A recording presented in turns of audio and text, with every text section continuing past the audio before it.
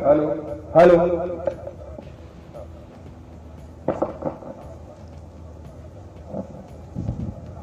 लगता है मैंने गलती कर दी। हवा चले चाहे तूफान चले, मैं तो यहीं से बोलूंगा। हमारे मध्य प्रदेश के उप मुख्यमंत्री राजेंद्र जी शुक्ला, विधायक देवताला श्रीमान गिरीश जी गौतम,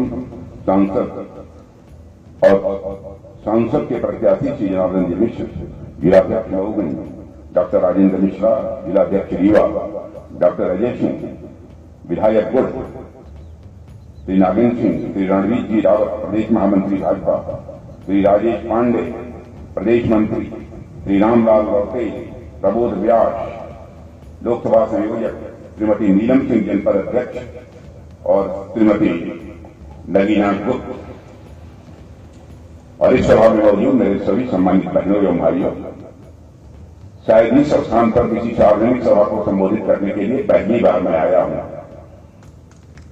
रीवा की कई सार्वजनिक सभाओं को संबोधित कर चुका हूं, लेकिन शायद इस स्थान पर पहली बार मेरा आना हुआ है।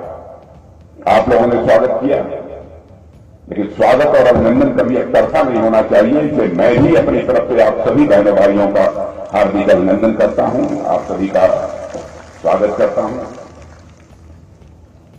आप सभी जानते हैं कि आज से कुछ समय पहले मध्य प्रदेश में विधानसभा का चुनाव हुआ है।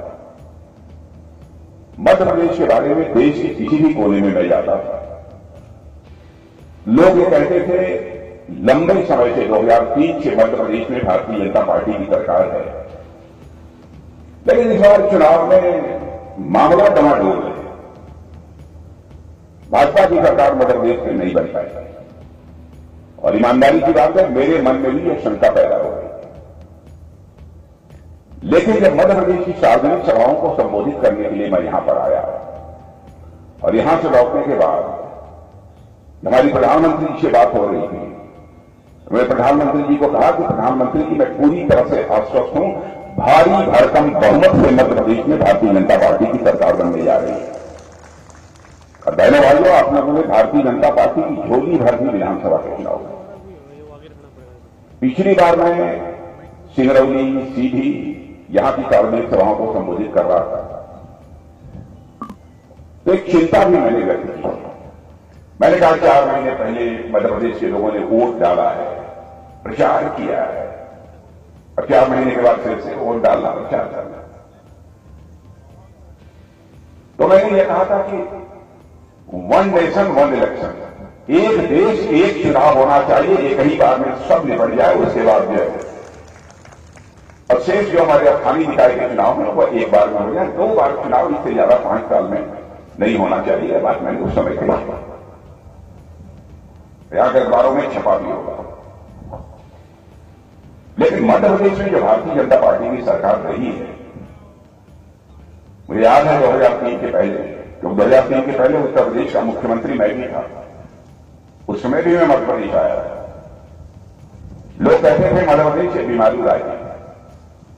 2003 के बाद भी कुछ समय तक बराबर मध्य प्रदेश को लोग बीमारू राज्य ही कहते थे, लेकिन पता नहीं आप लोगों को जानकारी है कि नहीं है। लेकिन देश के आर्थिक स्थिति के जो समीक्षक हैं वह कहते हैं कि अब 2003 के पहले का यह मध्य प्रदेश नहीं रह गया है, बल्कि जो देश का विकास का चक्का मोदी के नेतृत्व में तेजी से घूम रहा है, उसमें ग्रोथ इंजन की भूमिका यदि कोई निभा रहा है तो यह मध्य प्रदेश निभा रहा है। उसको आगे बढ़ाने का काम ये मध्य प्रदेश कर रहा है। यह बहुत बड़ी बात। अब हमारा मध्य प्रदेश बीमारू राज्य नहीं रह गया है। रेलवे स्टेशन का जिस तरीके से आधुनिकीकरण हो रहा है, कामों की यदि मैं गणना कराऊंगा तो अनावश्यक मेरा पूरा का पूरा समय चला जाएगा। लेकिन एक बात यहां के किसानों के लिए मैं कहना चाहता हूं, क्योंकि मैं भी किसान परिवार का ही हूं, कोई मैं बहुत बड़ा बाबू नहीं हूं, कोई मैं राजा महाराजा बड़ा नहीं, मैं सामान्य किसान हूं। किसानों के लिए एक बात जो मुझे अपील करती है, जो यह सरकार करने जा रही है, मेरे बहन भाइयों, 1.25 लाख करोड़ रुपए से सारे देश में 1.25 लाख करोड़, 1 लाख मत मान लीजिएगा, 1.25 लाख करोड़ खर्च करके लगभग 700 से अधिक ऐसे भंडार बनाने जा रही है, गोडाउन जिसे कहते हैं, गोडाउन बनाने जा रही है। वो इसलिए बनाने जा रही है क्योंकि जो ही फसल पैदा होती है आनंद फानंद कीमत पर किसान उठाकर उसे बेच देता है, क्योंकि उसकी घर की आवश्यकताओं को भी पूरा करना होता है। तो हमारी सरकार ने तय किया है कि किसान के सामने यह नौबत न आने पाए। फसल पैदा होती है, वह चाहे तो भंडार गृह में उसे रख दे और वहां से कुछ पैसा ले ले और अपना घर का खर्च पर चलाए, और जब अनाज की कीमत बढ़ जाए तब ले जाकर उसे वह बाजार में बेच दे। इसलिए यह सरकारी क्षमता का निर्माण सारे देश भर में कर रही है। आपके क्या काम हुए हैं? अब जैसे यहां जो लोग बैठे हैं, मैं जानता हूं, यदि मैं आपसे पूछ केंद्र सरकार की योजनाओं से किन किन लोगों का लाभ मिला है, तो मैं दावे के साथ कह सकता हूं अधिकांश लोगों को, किसी को 1, किसी को 2, किसी को 3 योजनाओं का लाभ तो जरूर मिला होगा। किसी किसी को 4-4, 5-5 योजनाओं का लाभ मिला है। अब मैं किसानों की बात करना चाहता हूं। हमसे कांग्रेस के लोग कहते हैं साहब 6,000 रुपया आपने किसानों को दे दिया, कौन सा बड़ा कमाल कर दिया। पहले भाइयों, मैं किसान हूं, मैं जानता हूं 2,000 रुपया घर में किसान के लिए नहीं होता है, उसकी फसल बर्बाद हो जाती है, खाद नहीं डाल पाता है, बीज नहीं डाल पाता है, यह हालत होती है। अब मुफ्त का 6,000 रुपया यदि हमारे प्रधानमंत्री दे रहे हैं तो उसकी भी हमारे कांग्रेस के लोग आलोचना कर रहे हैं। इसका क्या मतलब? बहुत सारी, मैं योजना की जानबूझकर चर्चा नहीं कर रहा हूं, मैं गुनाना शुरू करूंगा तो घंटे भर का समय मेरा इसी चला जाएगा। और बहनों भाइयों, जिस तेजी से विकास हुआ है इस हमारे मध्य प्रदेश का और हमारे देश का जिस तेजी से विकास हुआ है, मैं एक बात बताना चाहता हूं आपको, सारी दुनिया में भारत के प्रति कुछ धारणा ही बदल गई। भारत के प्रति लोगों की धारणा ही बदल गई और लोग ये मानते हैं कोई दिन दूर नहीं है कि भारत 25, 30, 40 वर्षों में विश्व की महाशक्ति बन जाएगा, सुपर पावर बन जाएगा भारत। यह लोगों की धारणा बन जाएगी। अभी मैं जब दिल्ली से आ रहा था तो इलाहाबाद एयरपोर्ट पर मैं अपनी जब प्लेन से उतरा तो थोड़ी देर के लिए मैं चला गया था, वहां जो रेस्ट रूम होता है उसमें मैं चला गया था। वहां पर एक समाचार पत्र मैंने पढ़ा। समाचार पत्र में एक अमेरिका के एम्बेसडर ने, कहां रखिए वहां है, मैंने नोट किया, मैंने छोटा सा रखा ना, अमेरिका के एम्बेसडर ने उनका एक स्टेटमेंट था, उसे मैं देख रहा था, वहां नहीं, अच्छा इसमें रखा हुआ है। अमेरिका के एम्बेसडर ने, मैं दुनिया का सबसे ताकतवर देश यदि कोई माना जाता है तो अमेरिका माना जाता है। तो अमेरिका के एम्बेसडर मिस्टर एरिक गार्सेटी, उन्होंने एक कार्यक्रम को संबोधित करते हुए कहीं पर यह कहा, कोई इंटरनेशनल फोरम था, अंतर्राष्ट्रीय मंच था, उसको संबोधित करते हुए उन्होंने कहा, अगर आप भविष्य देखना चाहते हैं, अगर आप भविष्य देखना चाहते हैं तो आप भारत में, आप यदि भविष्य को महसूस करना चाहते हैं तो आप भारत आए, और यदि आप भविष्य पर काम करना चाहते हैं तो भारत आए।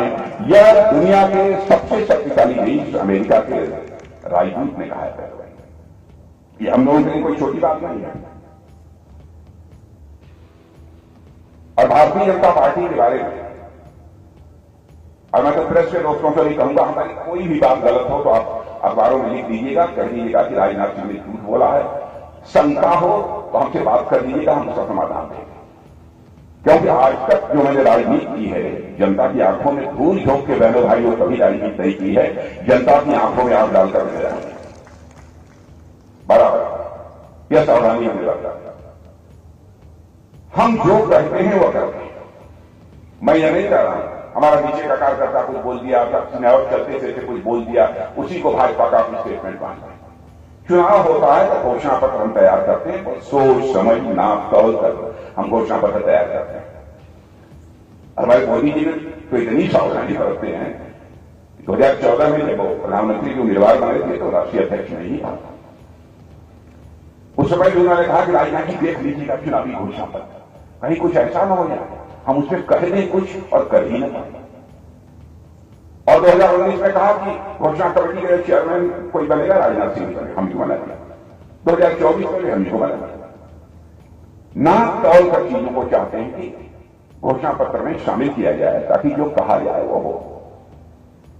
अब मैं याद दिलाना चाहता हूं 1984 में फिर लगातार हम लोग अपने घोषणा पत्र में भाजपा ये कहती चली आ रही है कि हम हमारी सरकार बनेगी, संसद के दोनों सदनों में बहुमत मिलेगा, अयोध्या की धरती पर भव्य राम का मंदिर बनने से दुनिया की हमें कोई ताकत रोक नहीं पाएगी।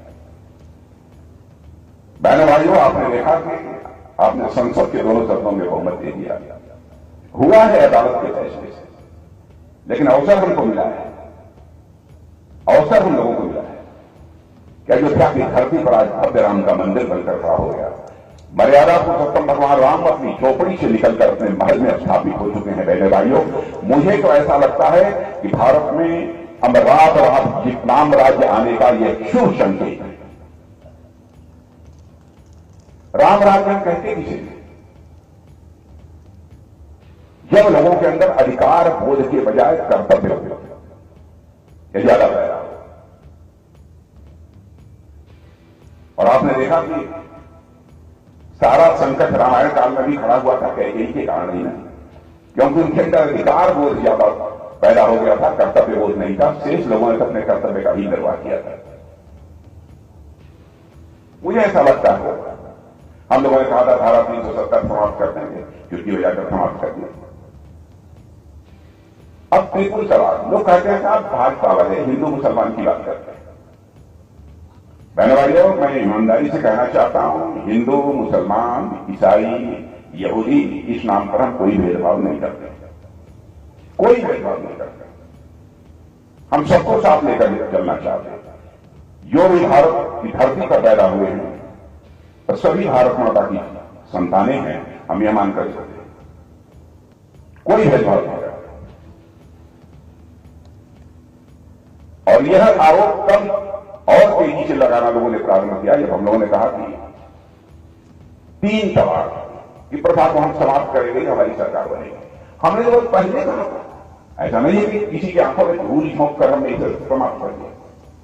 हमारी प्रतिज्ञा थी, हमारा वचन था। क्यों? क्योंकि हिंदू हो, ईसाई हो, मुसलमान हो, यहूदी हो, पारसी हो, किसी परिवार की मां बहन बहनों भाई हो, हमारी मां बहन है यह मानकर भारतीय जनता पार्टी के लोग चलते हैं। नारी का सम्मान यह हमारी प्राचीन परंपरा है। नारी को शक्ति स्वरूप माना गया है हमारे यहां देश में। अब कोई किसी से शादी करके अब 10 दिन के बाद 3 बार तलाक तलाक तलाक बोल दे, उसकी छुट्टी कर दे, तो दुनिया में कोई इसे भले ही बर्दाश्त कर ले, लेकिन भारतीय जनता पार्टी बर्दाश्त नहीं कर सकती। सत्ता आए या जाए इसकी तो परवाह नहीं है, लेकिन नारी शक्ति को अपनी हिंदुस्तान की धरती पर हम कभी अपमानित नहीं होने देंगे। यदि मैं देखूं तो बहुत सारे ऐसे मामले हैं जिन पर की बहुत दिलेरी के साथ हमारी सरकार ने कदम लिया। अब गरीबी मध्य प्रदेश के लोगों ने अच्छी खासी देखी है, मैं जानता हूं, लेकिन मैं कह सकता हूं बड़ी संख्या में लोग मध्य प्रदेश में भी गरीबी के संकट से बाहर निकले हैं, जिसे अति गरीब कहते हैं, खाने की मुसीबत। यह हालत थी मध्य प्रदेश में, जो मैं बहुत पहले से आता जा रहा हूं, मेरे रिश्ते नाते भी यहां पर यह हालत हो गई। लेकिन मैं नहीं कह रहा, एक नीति आयोग है और उसके अतिरिक्त दूसरी आर्थिक संस्थाएं हैं, इन लोगों ने कहा है भारत में 25 करोड़ लोग पिछले 10 वर्षों में मोदी जी के प्रधानमंत्री बनने के बाद गरीबी की रेखा से बाहर निकल चुके हैं। बहने भाइयों, क्या इससे हमको गौरव की अनुभूति नहीं होती?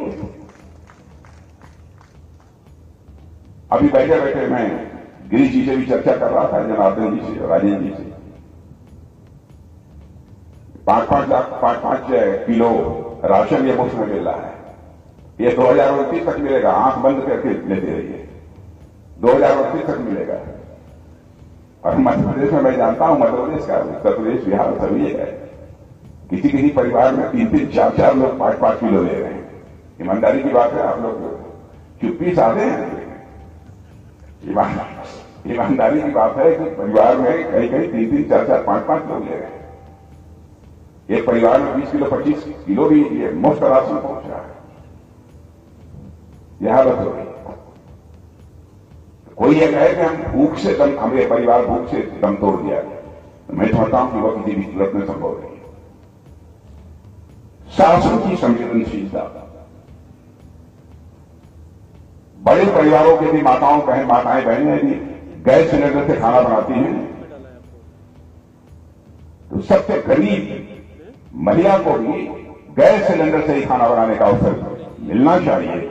ऐसी सोच पहली बार किसी राजनीतिक पार्टी के अंदर पैदा हुई तो भारतीय जनता पार्टी में होता है। छोटी छोटी चीजें, 5 लाख रुपए तक का मुफ्त इलाज, क्या कहेंगे?